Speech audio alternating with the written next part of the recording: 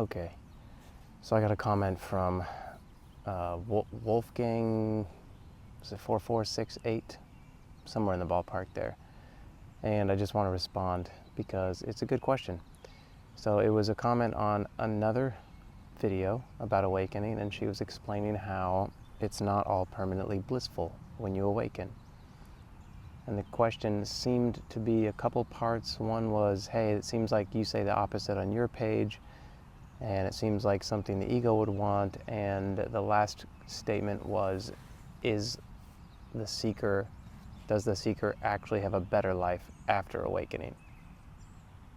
So I will attempt to give an answer based on my experience. So, well, first I'll share a couple things I've heard. I've heard other people explain this in a few different ways, and then I will explain what I currently experience. So I've heard it explained that when you awaken, there's this state of bliss, and some people get stuck there. They're blissful all the time. Some people experience bliss and then it goes away. They call that like a honeymoon period.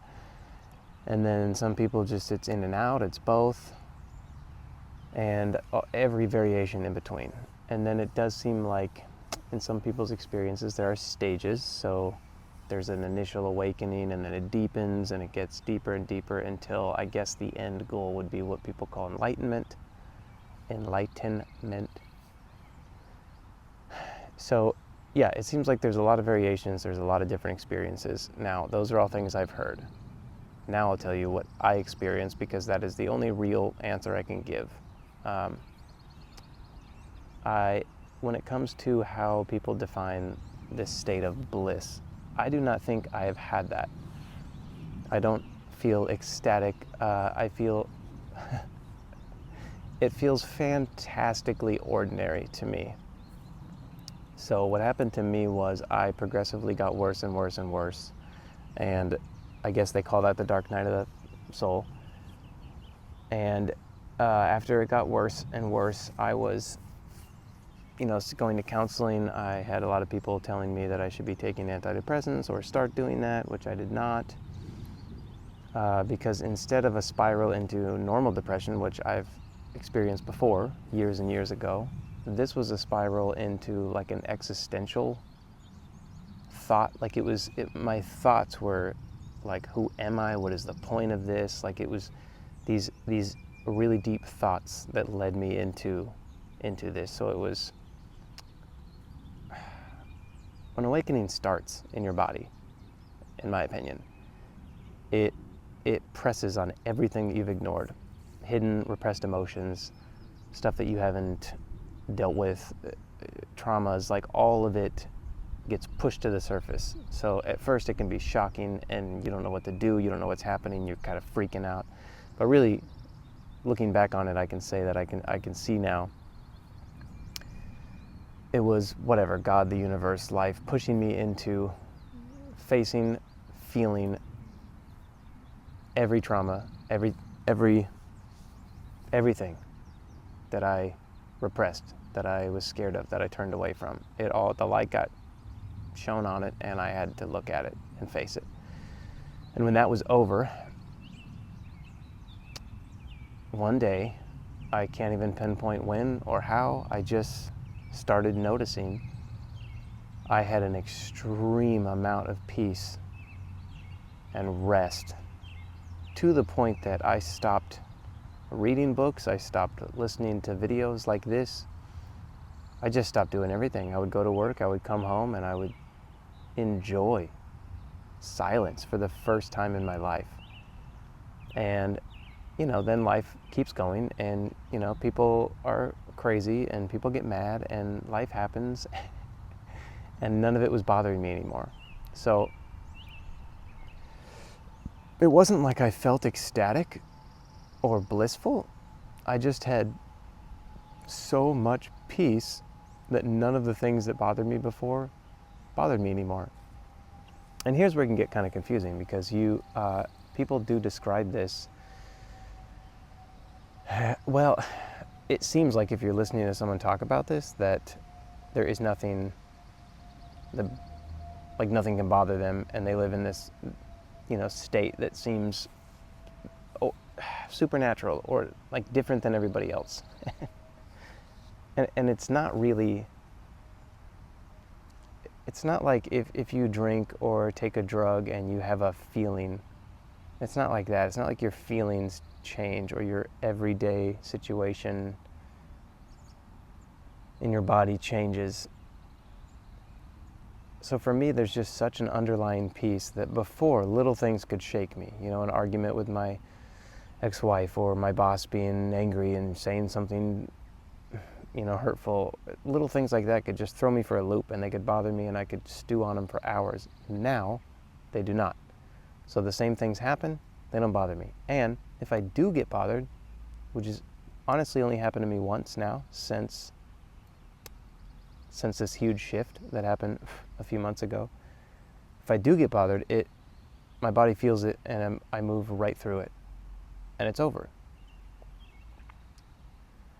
So for me, it's not bliss, it's peace. That's the word I would use to describe it. And the last question, it was that is life better for the seeker after awakening? And it's a good question. I wondered the same thing for a long time until I didn't. Because what happens is the seeker, the one seeking, that is thought identification, that is ego, that is the part of you that wants something. So that slowly diminishes and just disappears. Like for me, it's not even there anymore.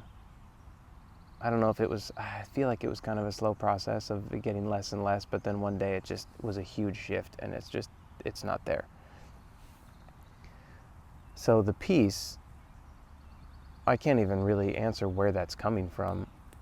It's always present in my body now, but I am not identified with it. And I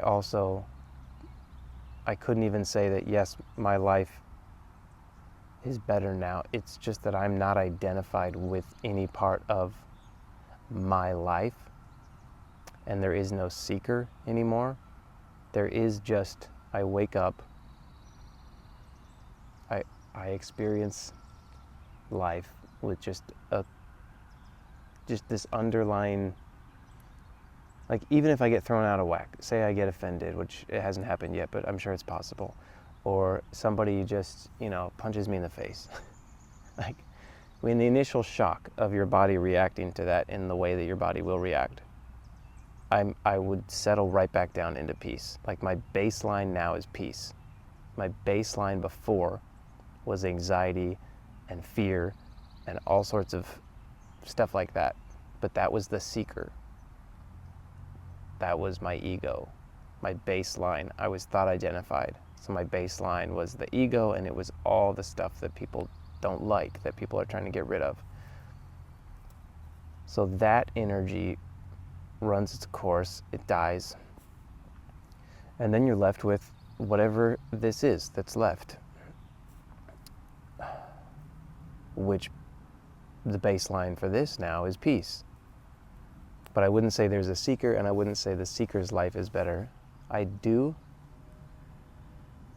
really enjoy my experience now of life and every day and good, bad, any of it, just any of it. Like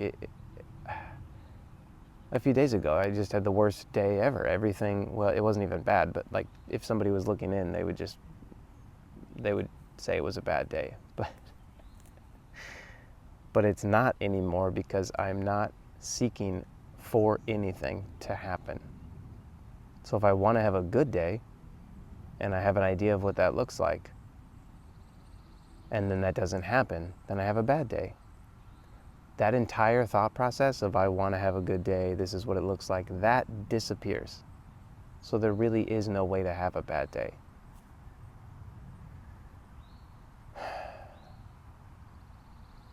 I just want to make a video about that because I feel like trying to describe that in a text reply on YouTube is very challenging. I don't know if that helped or clarified, but as the seeker is diminishing, you can have experiences back and forth. You can have bliss, you can have the opposite, you can feel things deeply, you can stuff things. But once the seeker energy dies, there's nowhere to hide. So whatever happens, it's felt completely, and it moves through really quickly. And then you settle back down to whatever your new baseline is. Mine's peace, and I'm sure other people have different experiences.